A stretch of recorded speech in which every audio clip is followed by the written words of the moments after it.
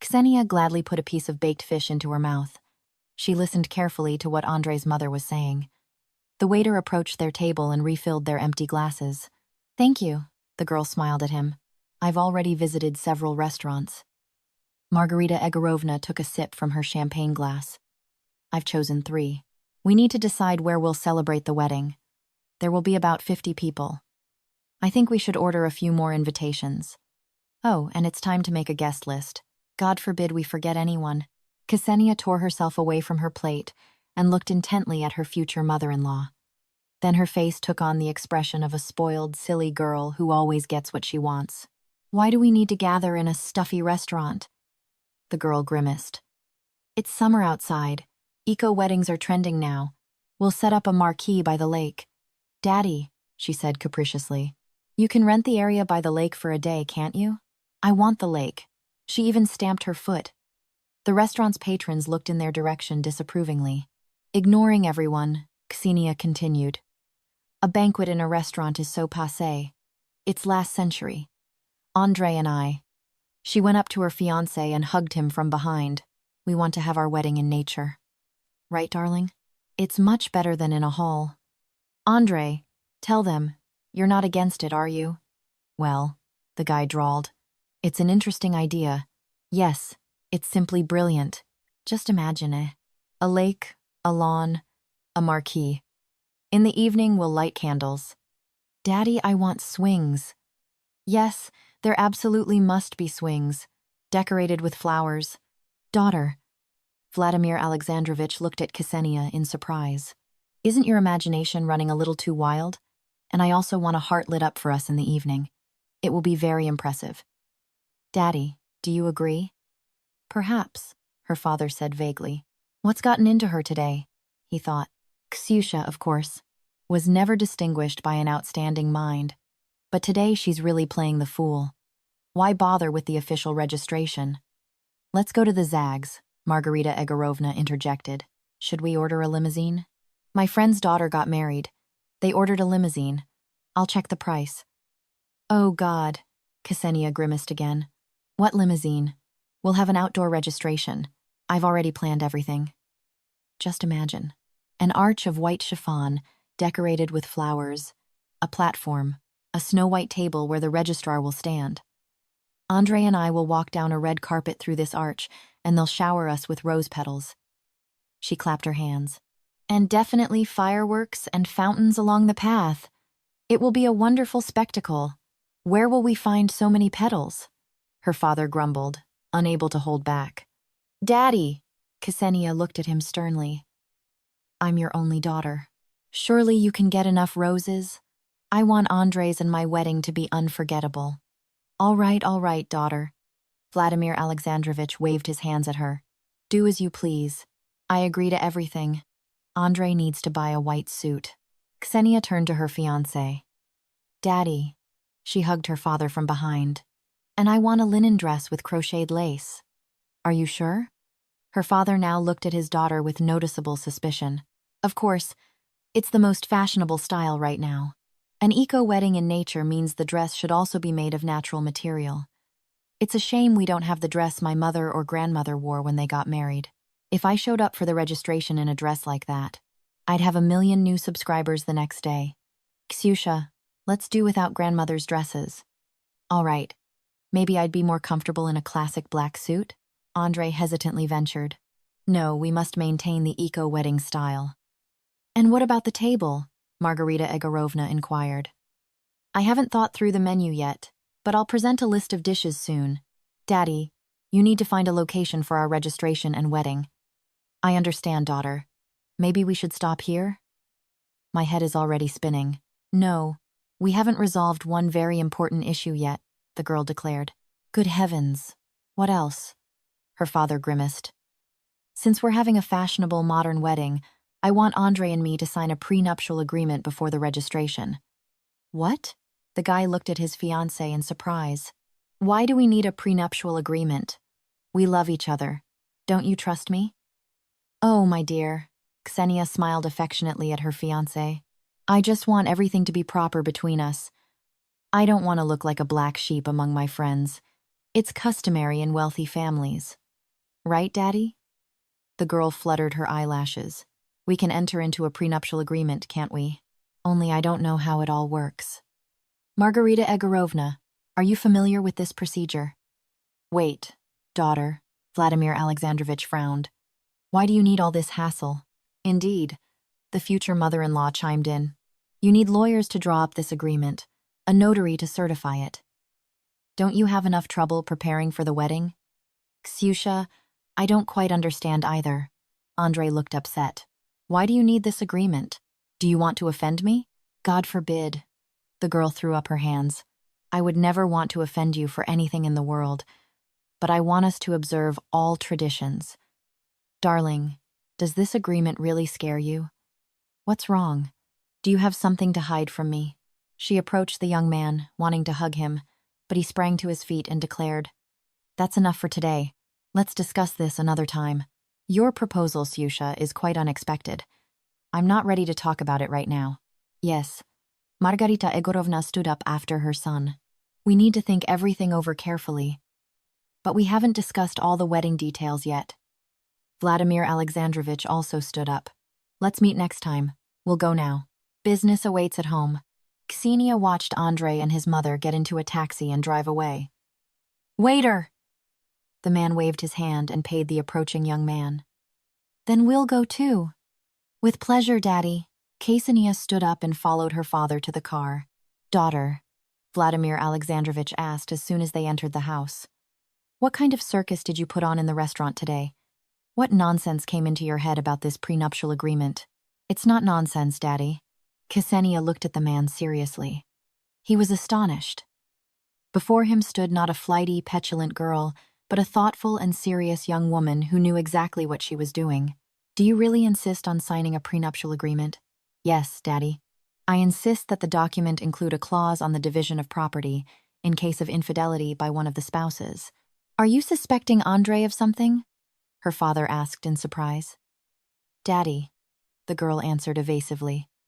I want to prevent problems between my husband and me if our relationship ever reaches an impasse. All right, I agree. What other clauses would you like to see in the contract? Major acquisitions and sales of property should only be made with the consent of both spouses. My God, Ksenia, why do you need these complications? I'd prefer your husband to handle the company's affairs in the future, not you. I'll hand over all matters to him. It's not a woman's business to delve into the intricacies of business. Before finishing, Vladimir Alexandrovich was met with his daughter's firm gaze. I don't want to one day discover that my husband is buying up real estate behind my back, spending money from my accounts, or selling our business for a pittance. I must be aware of all transactions. What do you understand about business? Let Andrei handle it. After all, there's Pyotr Ivanovich. He won't let the company be ruined, even if your share ends up in Andrei's hands. You are a woman. Create coziness. Bear children. That is your purpose. You'll make a wonderful family. Let everyone do their own thing. I don't think you'll want to spend time at work. You should have other interests. You're listed in the company now, while you're unmarried, but later you'll still step away from business. Daddy, you know perfectly well why I agreed to marry Andrei. That's why I insist on a prenuptial agreement. All right, daughter. Perhaps you're right. I understand you. The man gave in. Tomorrow I'll give instructions to my lawyer. Let him prepare the draft. Thank you, Daddy. Ksenia warmly hugged her father. Vladimir Alexandrovich, after parting with his daughter, went to his room. He took off his jacket, loosened his tie, and sank wearily into the armchair next to the table where his wife's portrait stood. Our Ksenia has grown up so much, the man said, taking the portrait in his hands. It's not easy for me to handle her without you. Yet I managed to give her a good upbringing and education, and I've provided her with everything. I miss you so much. And Ksenia misses her mother too. With a heavy sigh, the man continued his dialogue with his wife, who had passed away early. Forgive me. I regret now that I didn't find a worthy woman who could replace Ksenia's mother. Of course there were women in my life, but Ksenia categorically disliked them. As she once told me, a person can only have one mother. Can you imagine? She was so young, but she reasoned like that. From then on, I never even tried to find a replacement for you. And now I need to do everything to ensure that a real man, reliable, loving, who can protect her when He didn't finish. Put the portrait back in its place, got up, undressed, and lay in bed. Lately, Vladimir Alexandrovich had been thinking a lot about who was worthy to become his daughter's husband. He didn't impose his opinion, but subtly introduced her to the sons of influential acquaintances and friends. Ksenia, Vladimir Alexandrovich once suggested. The Ignatovs are inviting us for the weekend. Who are the Ignatovs? Have you forgotten? I introduced you to them once. They have a son, Ivan. Remember? That pimply, red-haired, skinny youth? Ksenia laughed. When was that, daughter? Now Vanya has become a real handsome man, got an education abroad, helps his father manage the company. No, Daddy, I'm not going to visit them. I can't stand redheads. And besides, I have my own plans for this weekend. The next time, she couldn't refuse the meeting. You can't not go with me, her father protested. He's my partner. Nothing terrible will happen if you spend one weekend the way I want. This partner, of course, has a son? Ksenia asked mockingly.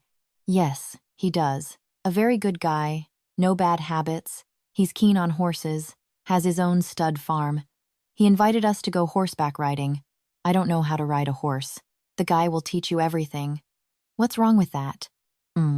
Ksenia looked at her father with interest. Well, if it's for horseback riding, then so be it, Daddy. I'll go with you.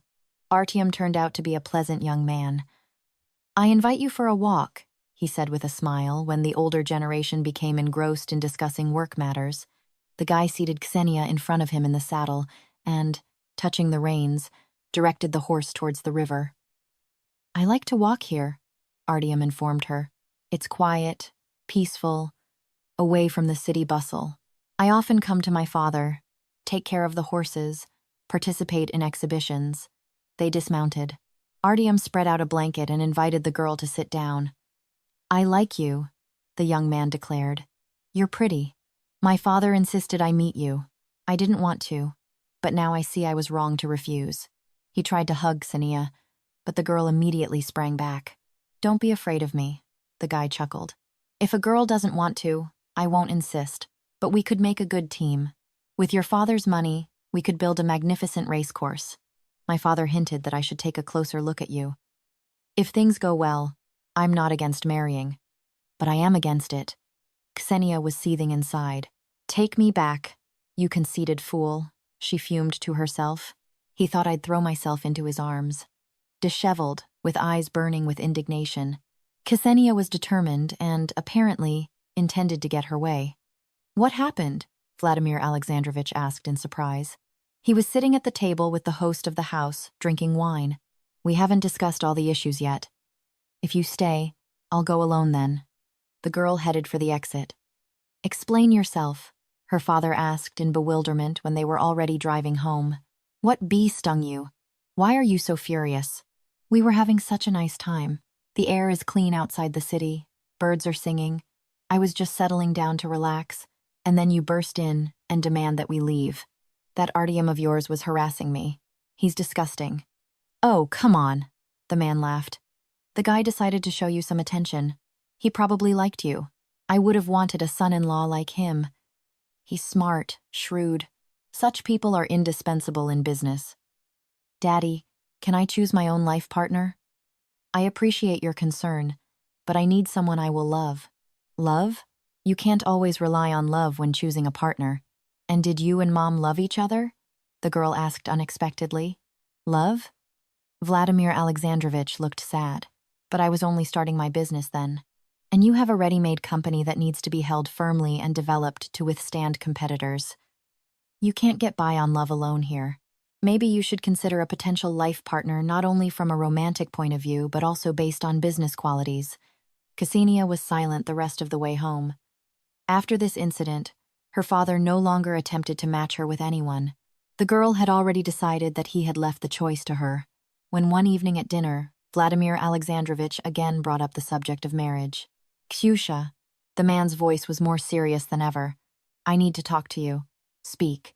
Ksenia's mood was excellent. She had enjoyed her meal and planned to meet her friends at a nightclub that evening. If you've finished dinner, then let's go to the study. The girl became wary but didn't argue. "Daughter," her father began when they were alone in the study. "I'm worried about you." "Daddy, you have no reason to worry," the girl answered cheerfully. "Everything is great with me. I'm a certified specialist. I even plan to start working in our company. I hope there's a place for me. You're always joking, but I'm serious. It's time for you to think about marriage." "Daddy." The girl laughed. "You promised not to try to marry me off anymore. I haven't met the man I could call my husband yet. But please let me remain your little daughter for a while longer." She playfully pressed herself against the man. "I love you." Her father hugged her close, kissed her on the top of her head. "I kept putting off this conversation, but unfortunately there's very little time left." "What are you talking about, Daddy?" Ksenia looked at him anxiously. "I've been seriously ill for a long time." "But you don't look ill. You're deliberately trying to scare me." Vladimir Alexandrovich stood up, walked to the window, and after a silence, spoke in a muffled voice. "Unfortunately, this disease doesn't show itself immediately. Yes, I'm still working, laughing, living, but I don't know how much time I have left. And this is not a joke. I'm afraid for you. When I'm gone, you'll be all alone." "Daddy," the girl asked in despair, "can't anything be done? Medicine can do so much now." "Unfortunately, this disease cannot be cured yet." Her father turned to his daughter. The girl looked at him in despair, then ran to him, hugged him, and cried. "Don't cry," Vladimir Alexandrovich said. "You're breaking my heart. What can I do for you?" Ksenia sobbed bitterly, hugging him. "I would like to hand over the family business to a reliable person, your husband. While I still have strength, I could teach him everything." "Okay, Daddy, I understand. I promise I won't let you worry about my future. I never doubted you, daughter." 6 months passed since that serious conversation, and one evening Ksenia, unusually serious, declared, "I want to introduce you to someone." "Who is he?" Vladimir Alexandrovich immediately guessed. "Let's invite him to dinner," the girl suggested. "And you can ask him everything yourself. Who he is, what he does, what his plans are for me. One thing I'll say, he's not a youth. He's 7 years older than me. I consider him a perfectly grown man. All right, let him come this weekend." Andrei arrived with flowers for Ksenia and a bottle of expensive cognac for Vladimir Alexandrovich. Hearing the young man's surname, the man was pleased. "I know your father. And what do you do?" "I handle family affairs," Andrei nodded. "My father has long dreamed of shifting the family business responsibilities to me. I interned abroad, recently returned, and then I met Ksenia." He looked at the girl with tenderness. "Oh, so you've only known each other recently?" "Just under half a year." "I proposed to Ksenia," Andrei said, and she accepted. "Well, that's wonderful," Vladimir Alexandrovich exclaimed joyfully. "We need to start preparing for the wedding. Have you thought about how you'd like to celebrate it?" "It's time to meet your parents, Andrei." A meeting was arranged, and then wedding details were discussed. Imagine everyone's surprise when Ksenia demanded a prenuptial agreement. Andrei was nervous. The lawyer placed the draft agreement before the bride and groom. "Read carefully. If you agree with all the clauses, we can proceed with signing the document." "Ksenia," the young man laughed nervously. "Oh, this is all nonsense. Don't you trust me?" "I do," the girl replied with a gentle smile. "But I still think it's the right thing to do. We love each other. Why do you need these formalities? You're hurting me this way." "Oh, darling," Ksenia said capriciously. "Don't be such a bore. It's just a piece of paper. It won't affect our relationship at all. Or are you afraid to sign the agreement?" She playfully poked her fiancé's stomach with her finger. "Because you're planning to cheat on me? Look, I'm very jealous. Your potential mistress won't have a good time. I don't like surprises." "What mistress? I only love you. Then you have nothing to fear. Come on, darling, sign it. It's not scary. After all, I won't cheat on you either." "Why are you being stubborn? It's starting to look suspicious." "Ksenia, don't talk nonsense. All right, give me the agreement. I don't want to argue with you." The young couple signed the papers and with renewed energy began preparing for the wedding. The celebration was magnificent. The guests were astonished by the scale of the event. Ksenia shone in a simple but stylish outfit. Her linen dress softly hugged the girl's figure. The groom in a light suit looked like a prince from a fairy tale. Vladimir Alexandrovich accepted congratulations and admired his daughter. "We'll live in my apartment," Andrei declared after the wedding. "I agree," Ksenia purred. They enjoyed each other. They went on a honeymoon to the sea for a few days, and when they returned, it turned out that Vladimir Alexandrovich's condition had sharply deteriorated. "Daddy." Ksenia looked tearfully at the man lying in bed. "Why didn't you tell me you were getting worse? I would have flown back immediately. Why spoil your trip?" A sad smile touched her father's lips. "You wouldn't be able to help me anyway, but I'm glad you're here now." "With me, Daddy," Ksenia cried, pressing her cheek to her father's hand. "What can I do for you?" "You've already done everything. I'm glad I lived to see your wedding. Glad I'm leaving you in reliable hands. I like Andrei. It's a shame I won't get to enjoy your happiness for long. I wanted to see grandchildren. Not meant to be. But I don't regret anything. As long as you're well, I can be calm about you." That same evening, Ksenia told her husband, "Andrei, we'd better move to father's country house. Ksusha, we have our own family. Vladimir Alexandrovich is being looked after by doctors. Why would we go there? You don't understand. I must be with father in his last days. I can't stand the smell of medicines, and the prospect of seeing a dying person doesn't appeal to me. This whole situation will be depressing for me. If you refuse, I'll go alone. He really needs my support right now. And yours, by the way, too." "All right," Andrei gave in. "Whatever you say. I'll move our things tomorrow. Thank you." Ksenia looked at her husband gratefully. Vladimir Alexandrovich passed away very quickly. Although Ksenia had long known it would happen someday, she could not come to terms with her father's death. "Why?" she cried on her husband's shoulder. "He left so early. First mom, now father. Don't cry," Andrei comforted her. "I'm with you. Together we'll get through this." Ksenia didn't know what to do with herself, but she wasn't allowed to indulge in grief for long. 2 days after the funeral, the phone rang.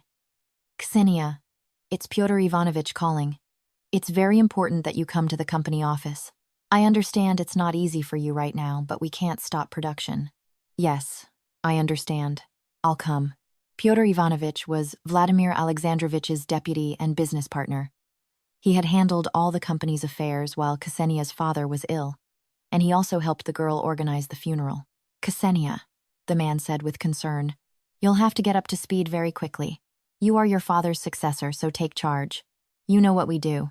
You'll settle in a bit and become the full-fledged leader. I'll help you get accustomed." "Pyotr Ivanovich." The girl looked at the man seriously. "You know, I was only nominally listed for work. I'm not ready to head the firm now. Let everything stay as it is.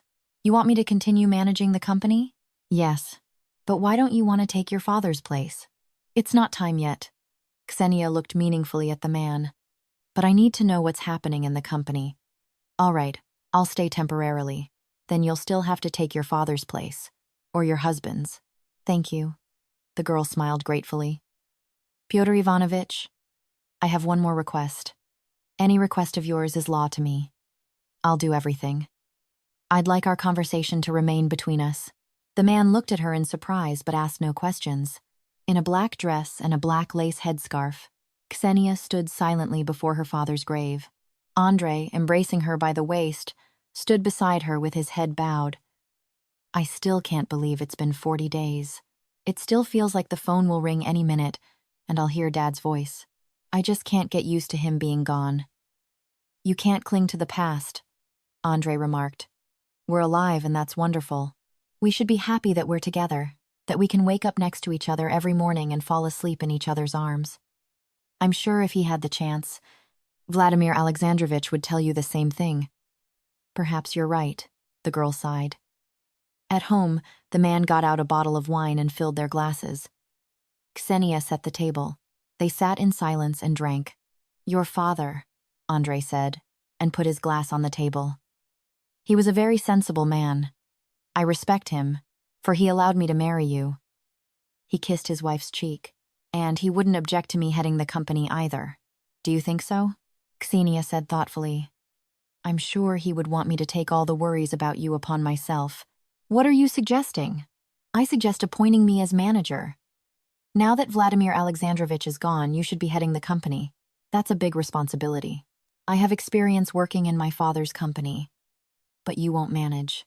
Yes, but I worked for my father. I understand a thing or two about his affairs.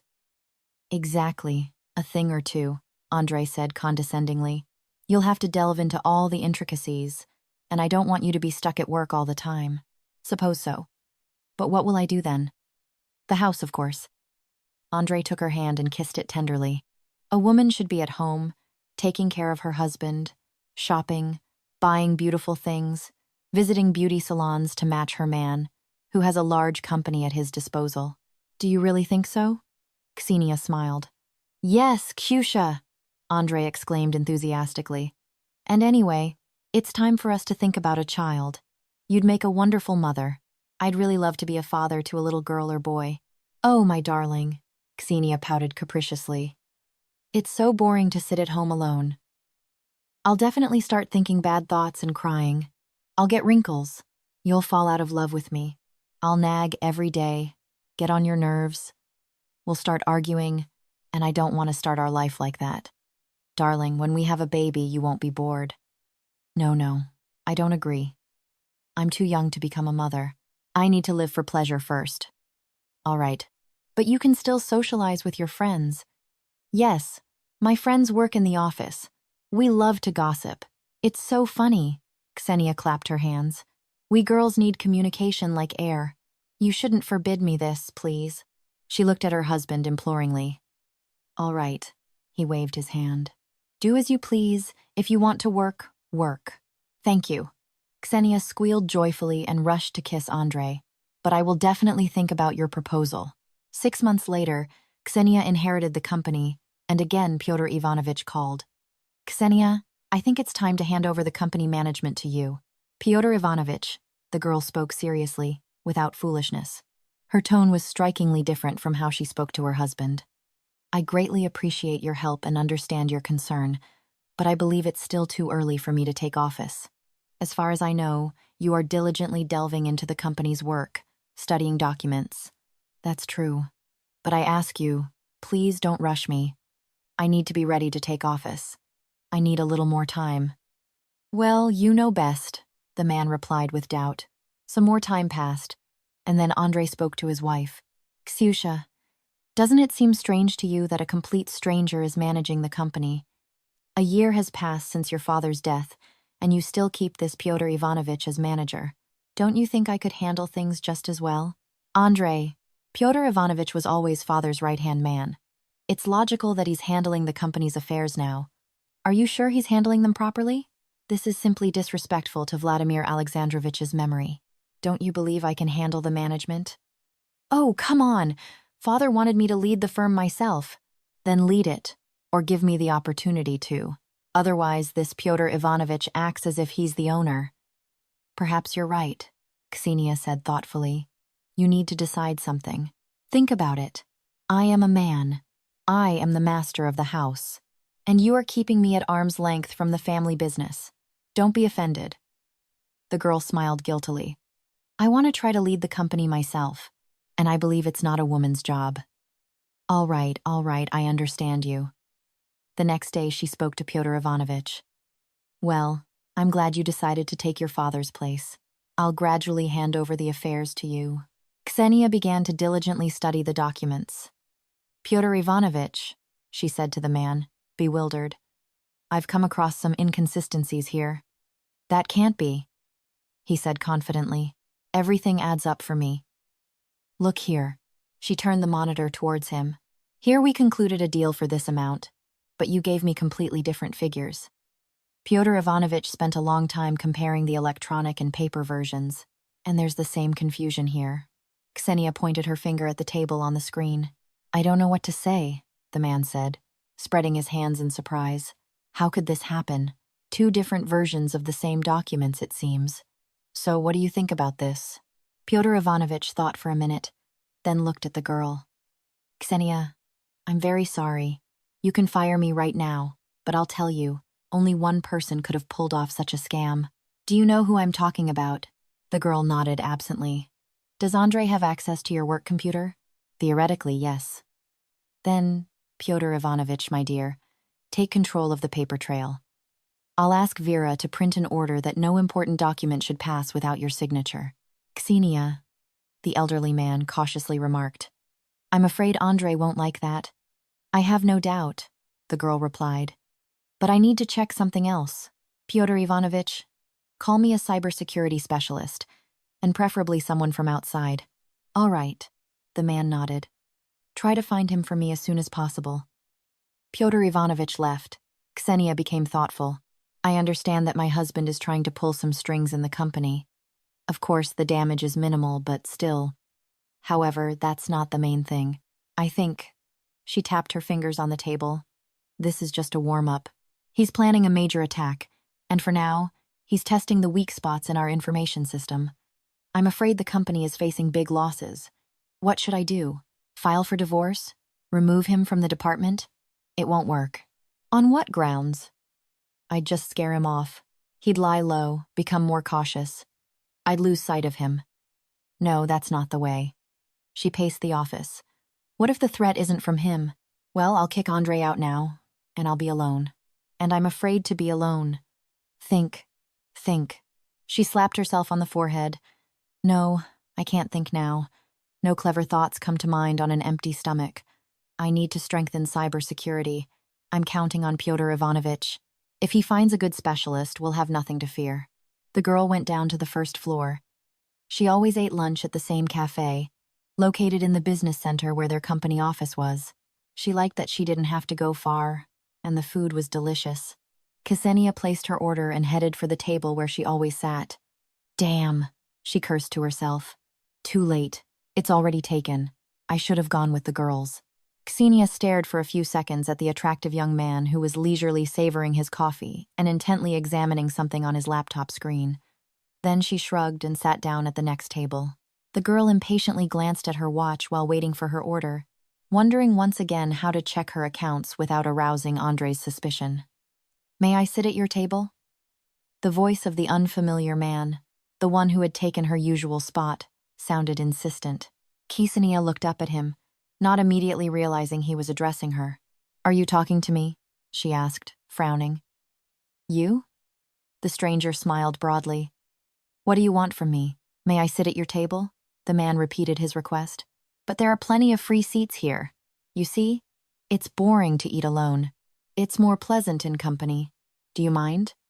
The handsome man asked persistently. Choose another target, the girl said coldly. I prefer to eat in silence. I'm alone.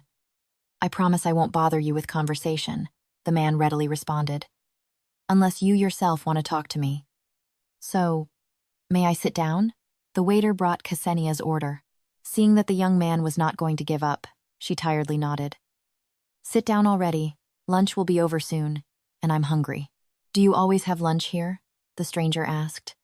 You promised to be silent. Sorry. When Ksenia got up from the table, the man also jumped up. Goodbye, he said to her back. She didn't grant him a glance. Ksenia forgot all about the unexpected encounter. But 2 days later, the same stranger sat down at the girl's table again. I'm glad to see you, he declared cheerfully. And I'm not, the girl replied gloomily. You recognized me? He exclaimed joyfully.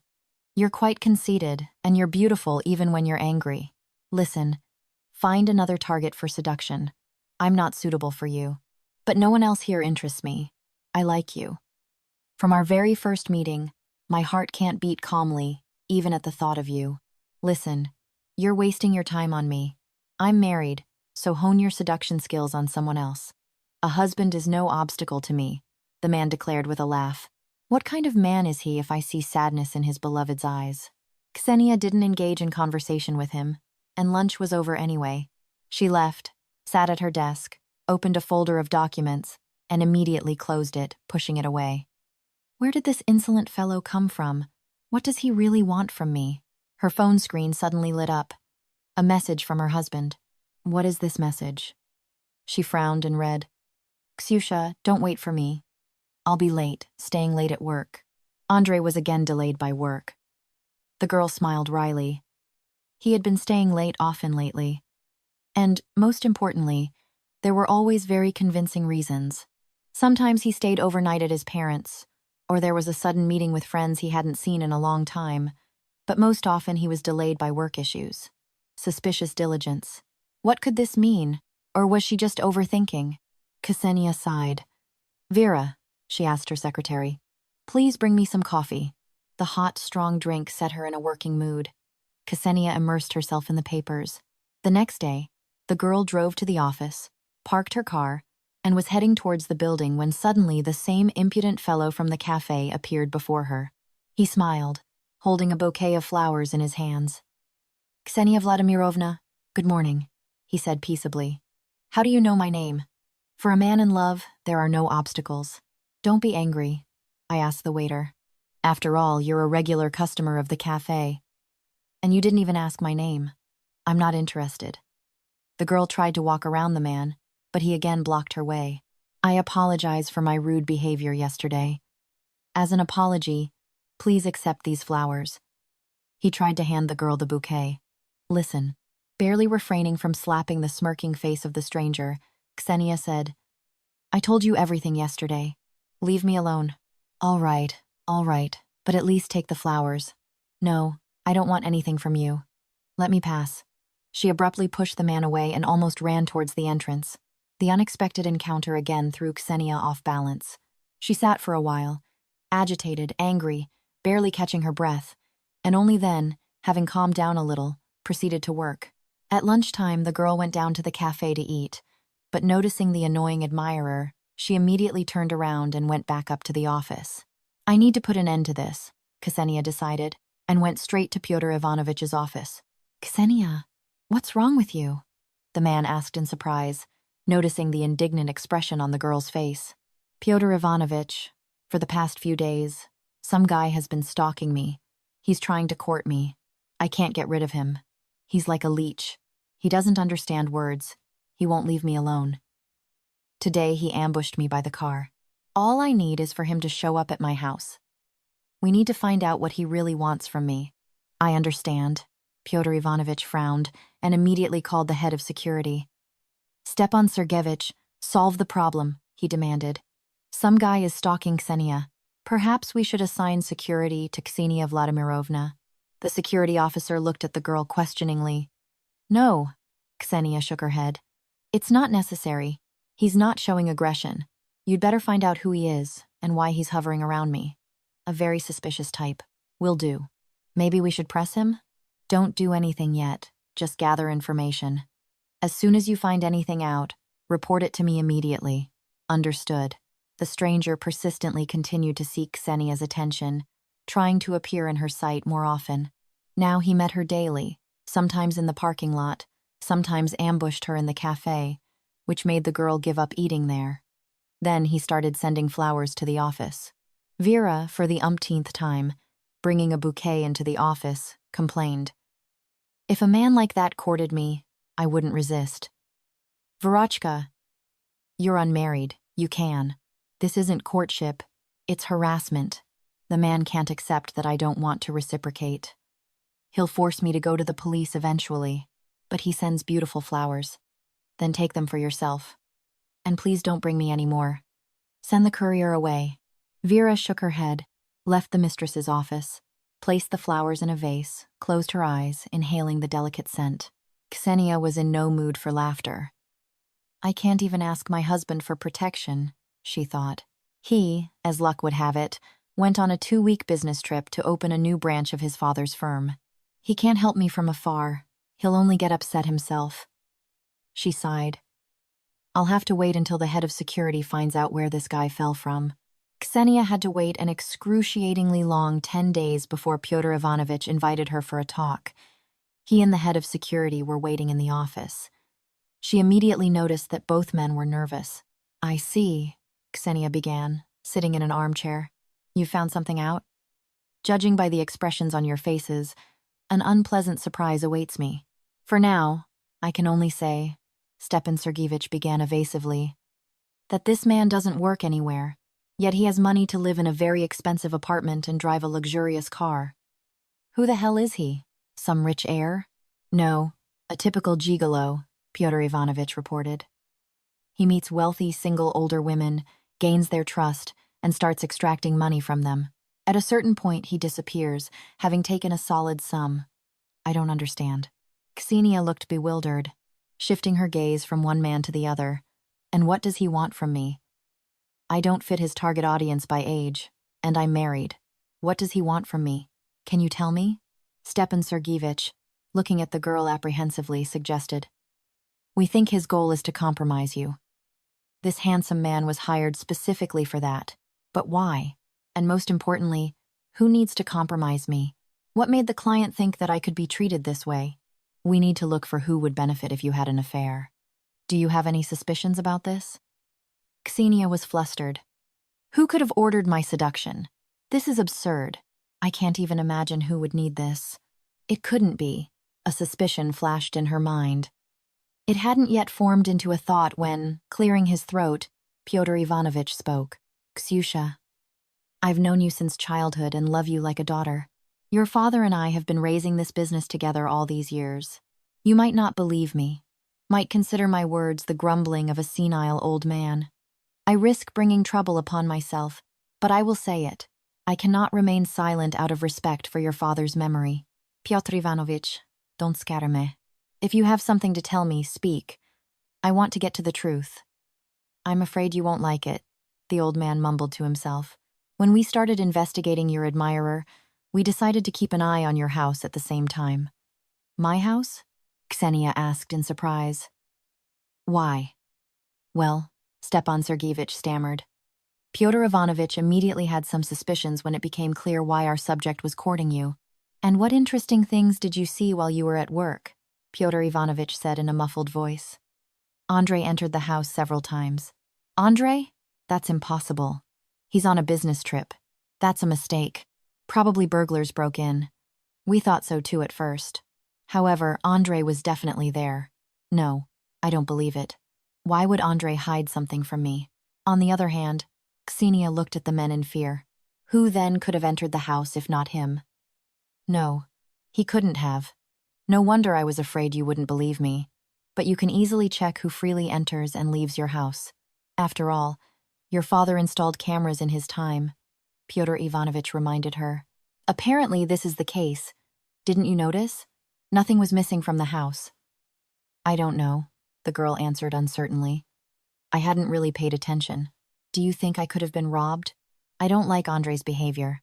I'm afraid he's planning something bad. Let's not guess. You go home and review the camera footage. Do you want Stepan to go with you, just in case? What if burglars really have taken a liking to your place? No, it's not necessary. I want to see everything with my own eyes. But we'll keep an eye on you from afar, Stepan Sergeyevich said. Just in case. Ksenia nodded in agreement and immediately rushed home. She opened her laptop and began watching the internal camera recordings. Andrei was indeed in the house. The girl watched with dismay as her husband walked around the rooms. So, he wasn't on any business trip. And what had he been doing all these days? Was he meeting a mistress? She quickly fast-forwarded the recordings. No outsiders came. Andrei was always alone. What was he looking for? Ksenia nervously bit her lips, watching her husband rummage through closets, open drawers, and sort through things. What he was looking for was unclear. She left the laptop and went to check several places her husband had looked into. Nothing was missing. All items were in place. Yes, they were moved, but nothing was added or removed. I would like to know why he was doing all this. It's a good thing I took all the documents to work. Was he looking for them? But why would he need them? How disgusting to spy on your own husband. All right, I need to calm down. Tomorrow I'll ask to find out what my husband was doing while supposedly on a business trip. And I'll also ask that no one be allowed into the office in my absence. My God, I can't trust my own husband. Daddy, did I bet on the wrong person? Ksenia couldn't sleep for a long time that night. Finally, sleep overcame her. She didn't know how long she had slept. She woke up from a sharp pain in her stomach. A sharp spasm made her curl up. I absolutely cannot be sick right now. Ow, ow, ow. She somehow crawled out of bed, made her way to the kitchen, drank water, and stood, waiting for the attack to pass. When the pain subsided a little, Ksenia got dressed and drove to work. Her vision occasionally blurred, The pain returned, but the girl stubbornly drove to the office. Don't fall apart, she told herself. I can't collapse now. I need to find out everything about Andrei. God, she gasped in pain. The car dangerously swerved. Ksenia gripped the steering wheel with both hands. All I need is an accident. I need to somehow make it to the office. I have to talk to Pyotr Ivanovich. Leaning against the wall, Ksenia slowly, with pauses, made her way to her deputy's office. Ksyusha, Pyotr Ivanovich asked worriedly, looking at her pale face. Are you sick? Why did you come? You should have stayed home, called a doctor. You look awful. All that later, the girl slowly walked to the table, sat down, and sighed with relief. The pain was less bothersome in a sitting position. I watched the camera footage at home. Andrei really did come, and more than once. He behaved strangely. He was clearly looking for something, but he didn't take anything. I checked. The things are in place. I don't understand. Interesting, Stepan Sergeyevich said thoughtfully. What is he planning? Do you have any ideas? I think he's preparing to take over the company. Why would he do that? It's our business, Ksenia replied and winced in pain. She involuntarily groaned. Is it your business? Pyotr Ivanovich emphasized the word. Andrei has nothing, only his father's business. The prenuptial agreement tied his hands. Should we check on Andrei? Yes, we'll have to. Keep an eye on him. Just try not to be seen by him. After all, we could be wrong. All right, I understand. Stepan, follow him. I feel really unwell. Ksenia swallowed nervously, feeling dizzy. You need to go home immediately, Pyotr Ivanovich frowned. Yes, you're right. The girl slowly stood up from the table. I'll go. You shouldn't be driving in this condition, Stepan Sergeyevich stated. I'll arrange for you to be taken home. Let me escort you. No, the girl protested. I'll go myself, but I won't refuse a driver. I'm completely falling apart. I just need to get to bed as quickly as possible. Pyotr Ivanovich, the important documents are in my safe. I understand. Go home and get well. Gathering her remaining strength, Ksenia descended to the first floor. At the entrance, a young man in a black suit approached her. Ksenia Vladimirovna, hello, I'm Maxim, he introduced himself. Stepan Sergeyevich instructed me to drive you home. Yes, the girl nodded and managed a weak smile. Thank you very much. And then a sharp pain made her double over. Ksenia involuntarily groaned and would have collapsed to the floor if Maxim hadn't caught her. Let me take you to the hospital instead, he said. No, better home, the girl protested. I'll take a painkiller. I'll be fine. I don't have time to be sick. The man didn't listen to her objections, carefully helped her into the back seat, and sped to the hospital. You shouldn't be left alone in this condition, the man said, looking worriedly at his passenger in the rearview mirror. Ksenia lost consciousness several times, then came to. She didn't really remember how they got to the emergency room. The last thing imprinted in her memory was Maxim's worried face, who ran alongside the gurney the whole time they were taking her somewhere. And then the light faded, and Ksenia fell into darkness. She slowly opened her eyes, looked around in surprise. How did I get here? The girl wrinkled her forehead, trying to remember. Maxim brought me to the hospital. And then? What then? The ward was quiet. Dimmed light gently fell on the bedside table. Equipment beeped, and multicolored lights blinked. The girl looked around. She was alone in the ward. She listened to herself. Her stomach hurt, but somehow more calmly now. This pain didn't prevent Ksenia from thinking. She touched her stomach, felt a bandage. Bad timing, the girl muttered to herself with annoyance. I got sick at a very inconvenient time. I had surgery. It's good that Pyotr Ivanovich and I covered our bases. Andrei won't be able to pull anything off in my absence. Husband, Ksenia gave a bitter laugh. I wanted a family. I was happy that I married a good man. I dreamed that we would live happily, love each other, but it turned out to be an illusion. And there was never any happy family for Andrei and me, she sobbed. How hard it is to admit that to myself. What next? How should I proceed? Divorce him, or wait, see what Andrei does next? If I divorce, what about the company? Can I manage it alone? Who knows? Yes, more questions than answers. Oh, Daddy, how I miss you. If you were alive, Andrei would never have dared to plot anything against me. Can I stand strong alone?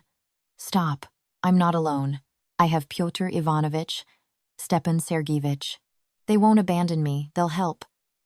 How could Andrei decide to betray me? Why did he seem sincere when he proposed to me? What if he planned from the start to take over our company? No, he's not capable of that. Dawn broke imperceptibly. The door creaked, and a nurse entered the ward. Awake? She asked, smiling. How do you feel? Does your stomach hurt? Much better. I had surgery. What was wrong with me? Yes, you had surgery. The doctor will tell you everything. Lie still, don't get up yet. She looked at the monitor, nodded with satisfaction. All readings are normal. And where are my things? Here, in the locker. The nurse measured Ksenia's blood pressure, checked her pulse. I'll call the doctor now. Don't worry, you'll be fine. Give me my phone. I need to make an urgent call. Excuse me, the girl shook her head negatively. The doctor forbade it. He'll come and examine you now, then you can ask him for your phone. And I'm not allowed to disobey the doctor's orders. Rest. You need to regain your strength. At that moment, the door opened again, and the doctor entered the ward, an elderly man with a neat gray beard. He smiled kindly at the patient. Well, how are we doing? How do you feel? Good, Ksenia replied. Any complaints? He looked at the chart the nurse handed him. No complaints. Doctor, what kind of hospital is this? Why was I brought here? I don't understand. Your driver brought you to us. We had to operate urgently. Appendicitis. Threat of perforation. We had no choice. We had to save you. It happens. But don't worry. There's no threat to your life. It's all behind you. You were brought in on time. There will be no complications if you don't break the regimen. Stay with us for a few days, then you can go home. I need my phone. I need to tell people where I am. My husband doesn't know I'm here. He's probably worried sick. What's your address? I want my things and documents brought to me. I have work, after all. No phone. You need complete rest. This is for your own good. I think your husband will be informed of your whereabouts. Don't worry. Your documents are already with us. Your driver handed them over. Our job is to get you back on your feet as quickly as possible, and yours is not to hinder us. The doctor smiled again. Soon you'll have the opportunity to communicate with the outside world. But for now, sleep. Sleep is the best medicine for you right now. Forget about work. Rest has never hurt anyone. I'm sure your subordinates will manage without you. We're not allowing visitors for now to avoid infection. Understood. The girl looked at the doctor indignantly, but did not argue. He nodded to the nurse, and they left the ward. Ksenia was left alone and, strangely enough, soon fell asleep. When she opened her eyes again, it was already evening. The nurse put an IV in her, changed her dressing, then left and returned with a phone in her hands. They asked me to give this to you. What is this? Ksenia protested. There are no contacts here. Who can I call? I don't know. The girl shrugged. They asked me to hand it over. Before the nurse could leave, the phone rang. Ksenia started in surprise, brought the phone to her ear. Hello? She heard the familiar voice of Stepan Sergeyevich and breathed a sigh of relief. Very glad to hear you, Stepan Sergeyevich. What's going on? How did I end up in this hospital? Why won't they let me call my husband? It feels like I'm in prison. Where's Andrei? Why won't they let him see me? The doctor is spouting some nonsense about infection. Ksenia Vladimirovna, don't be angry. The girl heard the security officer smile. Everything worked out perfectly. Maxim took you to this hospital at my request. No one knows where you are. My God, what's happening? Andrei is probably looking for me already. Did you at least tell him what happened to me? My goal is to ensure your safety. Your illness, strangely enough, simplified this task. Maxim has been assigned to guard you. He's doing an excellent job. Work. Have you found a cybersecurity specialist? Calm down. Everything is under control. In a few days, Maxim will pick you up from the hospital and take you home. Everything will fall into place. You'll have to be patient for a little while. Stepan Sergeyevich, I don't understand anything. Do you think I'm really in danger? What does Andrei have to do with this? Ksenia Vladimirovna, don't ask questions. I still can't give you answers for now. Not everything is clear.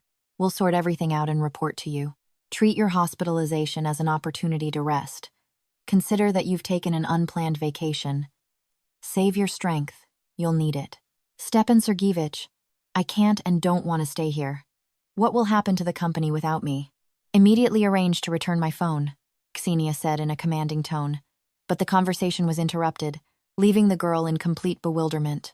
What's this news? She fumed to herself. What does this Stepan Sergeyevich think he's doing? When I return to work, I'll give both him and Pyotr Ivanovich a dressing down for their self-will. I'll fire them both to hell. She understood her powerlessness and was even angrier because of it. For a few minutes, Ksenia lay, breathing heavily, trying to calm down. When her breathing normalized, Ksenia suddenly thought, smiling wryly, and what am I doing lying here complaining? Maybe it's good that I ended up in the hospital? Indeed. When was the last time I rested? Oh, I don't even remember. So I should listen to the elders' advice, take advantage of the opportunity, and enjoy the peace and quiet. If Pyotr Ivanovich thinks I need to be neutralized for a while, then there's a reason. Later I'll hold him accountable for every day I spent alone in this ward. My God, how hard it is to be in the dark. My head will soon explode from all these thoughts. She quietly laughed and immediately winced, putting her hand to the bandage on her stomach. Laughter echoed with pain. Calming down, Ksenia shifted a little in bed, getting comfortable, and finally fell asleep peacefully. For 3 whole days, there was no news from either the head of security or the deputy. She slept a lot, ate, read, thought. The forced idleness began to weigh on her, when one evening the ward door burst open and Maxim entered. "Hello, Ksenia Vladimirovna. Get ready.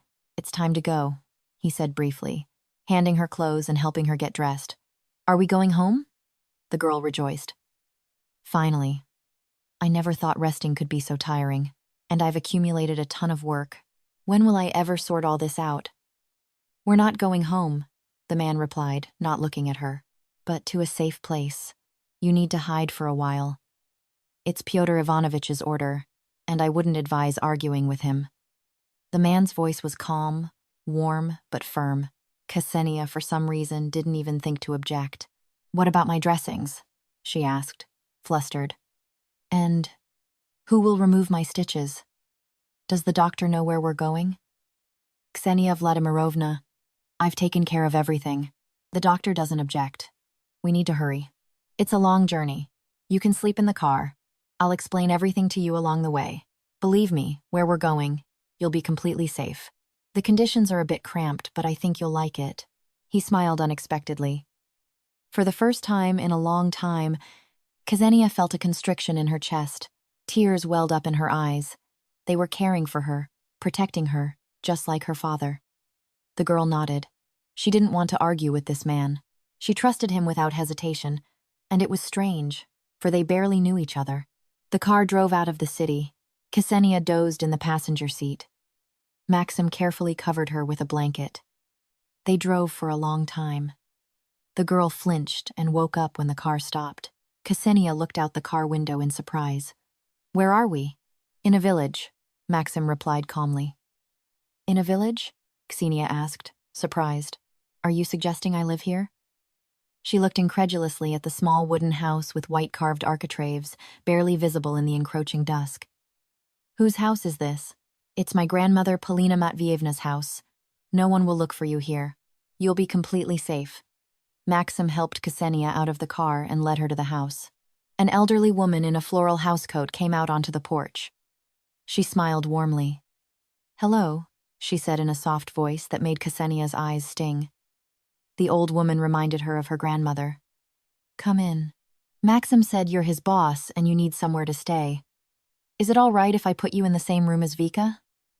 "Vika," Maxim explained. "My younger sister. She's finishing medical college. Vika will change your dressings and treat your stitches. When the time comes, I'll take you to the doctor to have your stitches removed. It's very modest here, of course," the old woman said apologetically. "Yes," Maxim chimed in. "It's not a city apartment with all the amenities, but you can live here. especially since it's not for long. Ksenia looked around with interest. Lace napkins adorned the modern TV. Embroidered curtains hung on the windows, and colorful homemade rag rugs lay on the floor. Everything together created coziness and peace. How do they live here? There are no things I'm used to. The toilet is probably outside. Good thing it's summer. She shivered. I wonder if there's internet.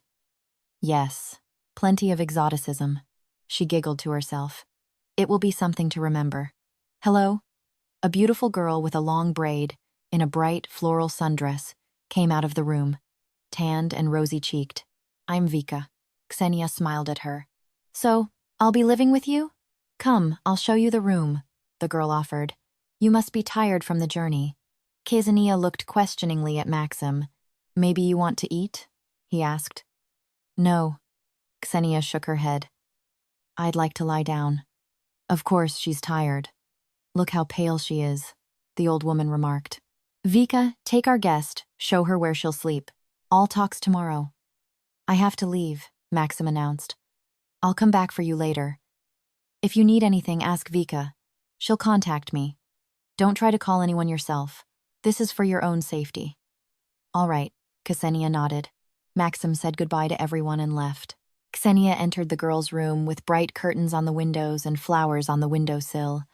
A bookshelf hung on the wall, with photographs. In the corner stood a desk, with a laptop on it. My English exam is soon, Vika explained, and I don't know anything about it.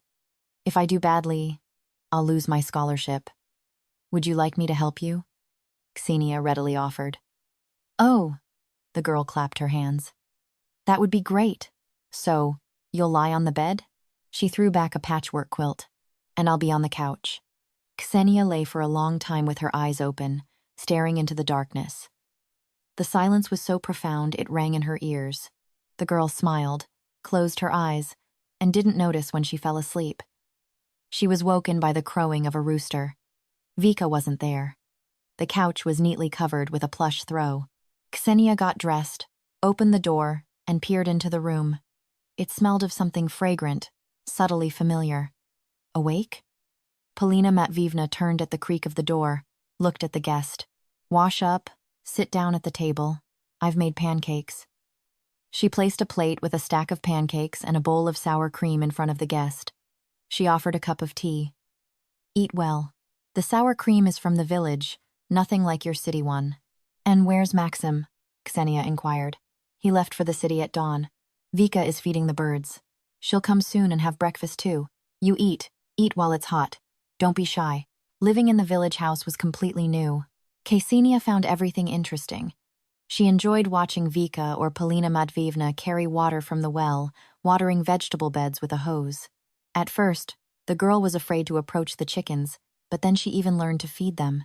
She tried weeding the beds, but Vika said, "It's better if you help me with English. Otherwise, Grandma will be without vegetables for the winter." Ksenia liked washing her face with cold water from the washstand outside in the mornings. In the evenings, she and Vika would go swimming in the lake. Walking barefoot on the grass was completely unfamiliar. She laughed when a butterfly landed on her hand and exclaimed, "Oh, how pretty." Vika chuckled. "Haven't you ever seen butterflies?" "I have, but it's a rare sight in the city." "Funny," the girl shrugged. Sitting by the lake, Ksenia, smiling with her face turned to the sun, reflected on how good it sometimes was to forget about problems and immerse herself in a world of peace and carelessness. It feels like I've returned to my childhood with my grandmother. I'm not thinking about work at all. My God, what happiness this is. I'd stay here forever. It's even a shame that I'll have to go back to the city soon. I've been here for 2 weeks, but it feels like I only arrived yesterday. Ksenia was watering flowers in the yard when she heard a car stop next to their house. The girl put the watering can on the ground, took off her gloves, shielded her eyes from the sun with her hand, examining the unfamiliar man who had stepped out of the car. Maxim appeared behind him. Ksenia Vladimirovna, the stranger addressed her. "Hello." Ksenia looked at him tensely. The man unhurriedly took out his ID, opened it, and showed it to the girl. "I'm a police officer, homicide department." The girl gasped in fright, covering her mouth with her hands. Where can we talk? Please sit down. The girl pointed to a bench next to the house. No one will bother us here.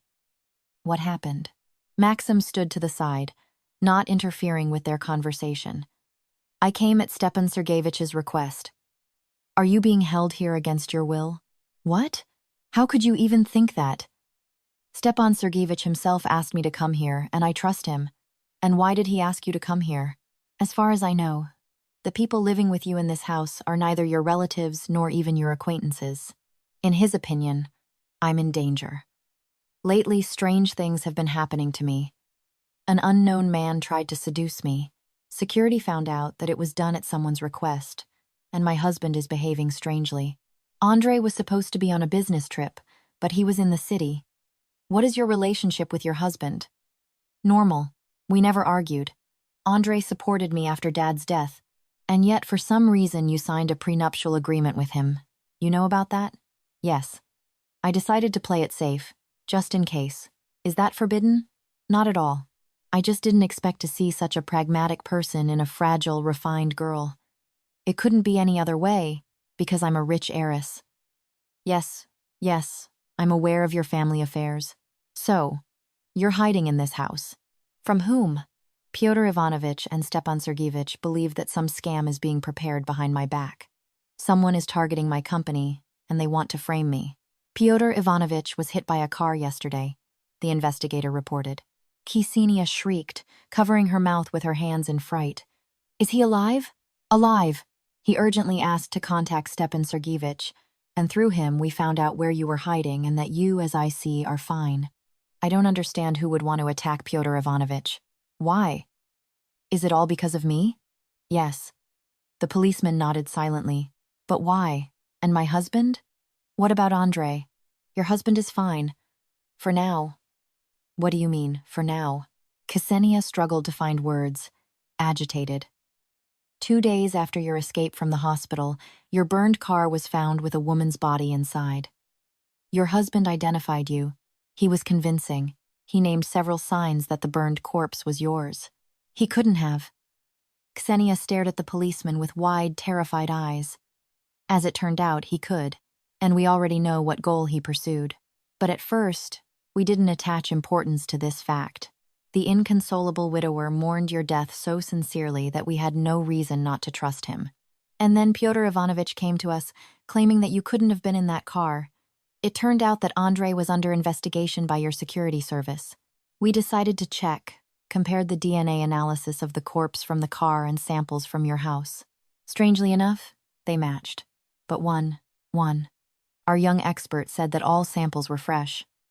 Older colleagues suggested she had imagined something, since you hadn't been home for several days. If this expert had been a man, we would have calmly closed the case, but this young lady insisted that your traces be looked for in the inner part of the linen drawer. Your fingerprints, it seems, were found there. They, of course, did not match the fingerprints of the woman who is in the morgue. So Andrei Ksenia spoke in some strange, hoarse voice. He wanted to get rid of me that way. Apparently, yes. We haven't spoken with him yet, as we first had to make sure you were indeed alive. Well, now we have a lot of questions for your husband. You were lucky to get sick in time, and Maxim hid you so successfully that it wouldn't have occurred to anyone to look for you here. But how come no one missed me? We have many mutual acquaintances. And my employees? Didn't anyone wonder where I was? Why did I suddenly disappear? And your husband turned out to be quite resourceful. He told all his friends that he planned to surprise you and arrange a vacation. After all, everyone knows that after your father's death, you worked without weekends, so no one was surprised when you disappeared. And then, when your burned car was found, he claimed you had died. He mourned you very sincerely. His behavior did not cause us any doubts. Bastard. Ksenia gritted her teeth.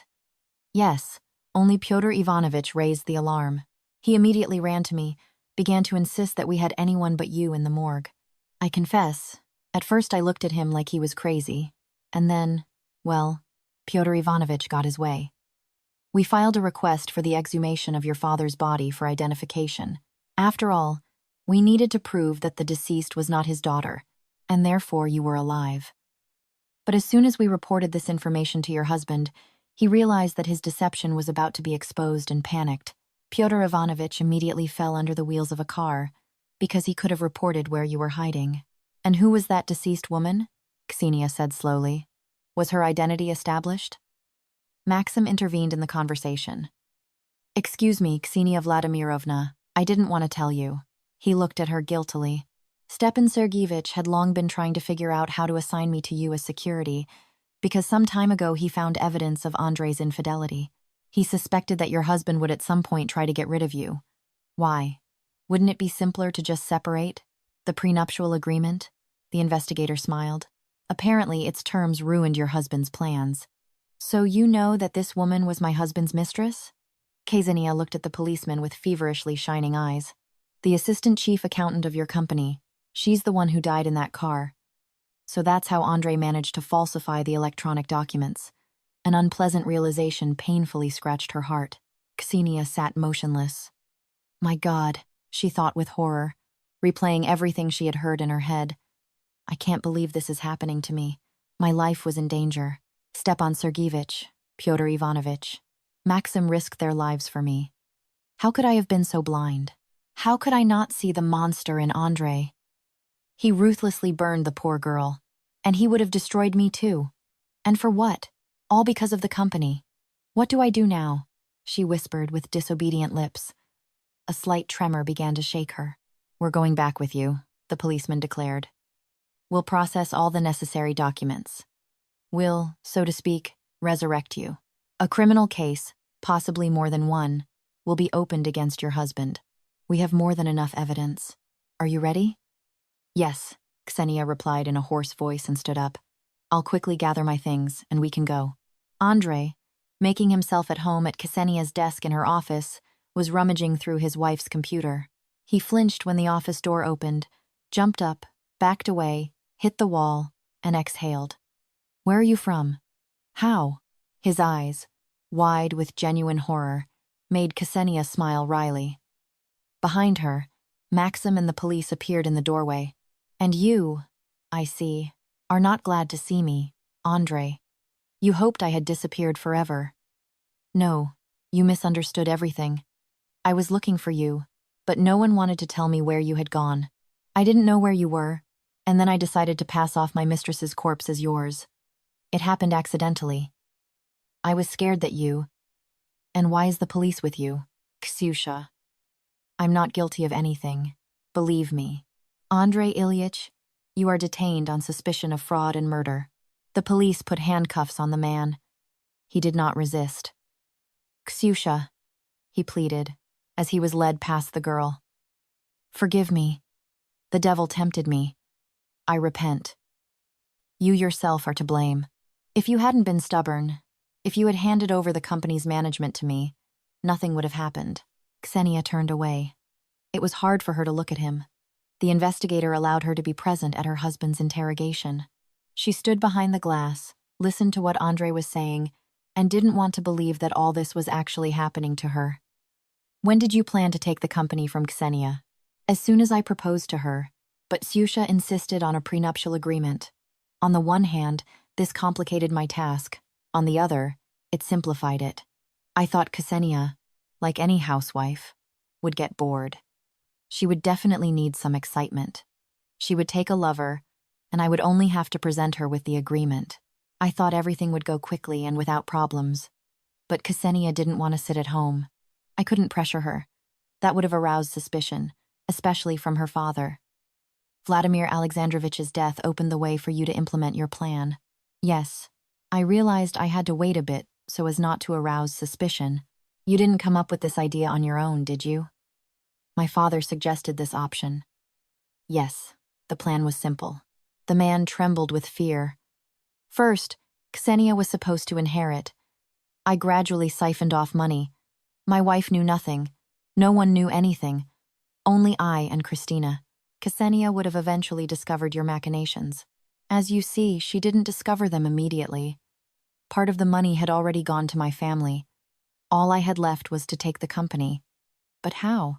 At first, I wanted to find documents and forge them. It didn't work out. Ksenia turned out to be smarter than I thought. She moved the documents from the house to the office safe. There was no way to get in there, and I didn't know the code. Then, I returned to the original plan, a lover. Yes. For this, I hired a person who was supposed to seduce my wife. Then, by catching her in infidelity, I would take the entire company from her. Scoundrel. Ksenia stood pale and indignant. I knew he was pulling off a scam behind my back. We had already started gathering material on him. I didn't want publicity. I thought I'd corner him, force him to return what he stole. Ksenia's hospitalization complicated my plans. Andrei continued his confession. I lost control. I saw the company slipping out of my hands. Then I decided to take advantage of the situation. I had to improvise. You killed your mistress, the investigator prompted, and passed off her corpse as your wife's body. Yes, everything was going perfectly. Only I was worried that Ksenia had disappeared. But we were already searching for her, and would certainly have found her. And everything would have worked out for us if Pyotr Ivanovich hadn't informed us that your wife was alive, the investigator said mockingly. And why did you decide to kill him? He had already told us everything anyway. I don't know why I did it, Andrei cried, clutching his head. I got angry at him. Everything was planned out. The company was already in our hands. I just needed a little more time, and that old man ruined everything. Then I decided to get revenge. What nonsense. If Ksenia hadn't clung to the company's leadership, no one would have died. If she had stayed home, I would have. What a scoundrel. He thinks I'm to blame for his mistress's death. That the accident with Pyotr Ivanovich happened because of me. I didn't expect that from my husband. It turns out our wedding was only for my father's company. I had been watching him for a long time before agreeing to marry. He seemed reliable to me. I believed he was truly in love with me. She watched Andrei being led out of the interrogation room. Well, the investigator said, now you know how everything really happened. It's a good thing you realized what Andrei was planning in time. Otherwise, things could have ended tragically for you. I need to visit Pyotr Ivanovich in the hospital. I owe him my life. He's currently giving a statement to the investigator, but then you can visit him. The elderly man sat in bed among pillows in a hospital room, cheerfully answering the policeman's questions. Ksenia found the forged documents, he recounted. That's when Stepan Sergeyevich and I became interested in Andrei. At first, there were only suspicions, then the seducer appeared. That's when we started to investigate Andrei more closely. And why didn't you tell Ksenia Vladimirovna anything? Do you think she would have believed us? We had no direct evidence against her husband. Well, and then she herself guessed that Andrei was planning something. I was afraid for her. She's like a daughter to me. Stepan and I wondered how to persuade her to hide. Ksenia is a brave girl. She would have rushed to investigate herself. She cares deeply about the company. Her father would be proud of her. So, she would never have listened to us. And then her illness played into our hands. We quickly neutralized her before she could come to her senses. You effectively saved the girl.